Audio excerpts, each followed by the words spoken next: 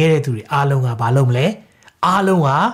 မိုးတိမ်ပေါ်သို့ချီဆောင်ခြင်းကိုအဲ့မှာချီဆောင်ခြင်းဆိုတဲ့စကားလုံးတွေ့လား hard part zone hard part zone အတိတ်ဘယ်ကပါလဲဆရာချီဆောင်ခြင်း hard part zone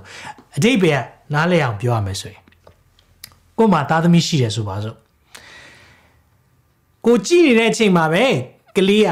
အိမ်ပြင်ထွက်ပြီးတော့လမ်းမပေါ်ရောက်သွားတယ်အဲ့ချိန်မှာကားတစ်စီးကအရှိန်နဲ့လာမယ်အဲ့ဒီလာတဲ့အချိန်မှာအဲ့ကလေးကိုနော်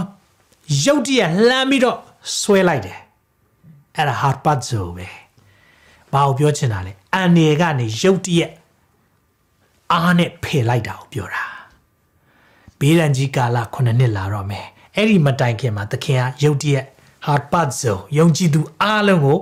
ခေါ်သွားမှာ hallelujah ချီဆောင်ခြင်းရဲ့နည်းနည်းရာအာမင်ချီဆောင်ခြင်းရဲ့နည်းနည်းရာဒါတွေဘလို့ဖြစ်မှာလဲနော်ဒီနေ့သခင်စကားဖြစ်တယ်တမန်ကျမ်းစာဖြစ်တယ်ပြည်စုံဖို့ရန်အတွက်သခင်ကလာမှာဒါကြောင့်မလို့အားလုံး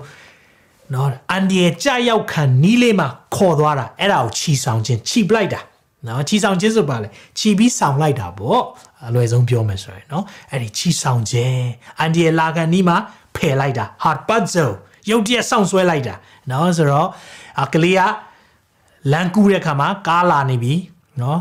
ရုတ်တရက်ကားတိုက်တော့မယ်အန်ဒီရဲ့ရှိနေပြီမိဘဘာလုပ်မလဲဟေးလန်ဆွဲလိုက်တာအဲ့ဒီသဘောမျိုးပဲသခင်ကကျွန်တော်တို့ကိုလှမ်းပြီးတော့ဆွဲလိုက်မယ်အချိန်အဲ့ဒီဟာ hard part zone ထိုအခါသက်ရွှင်အငယ်စက္ကွန်ကြည့်ပေးပါထိုအခါ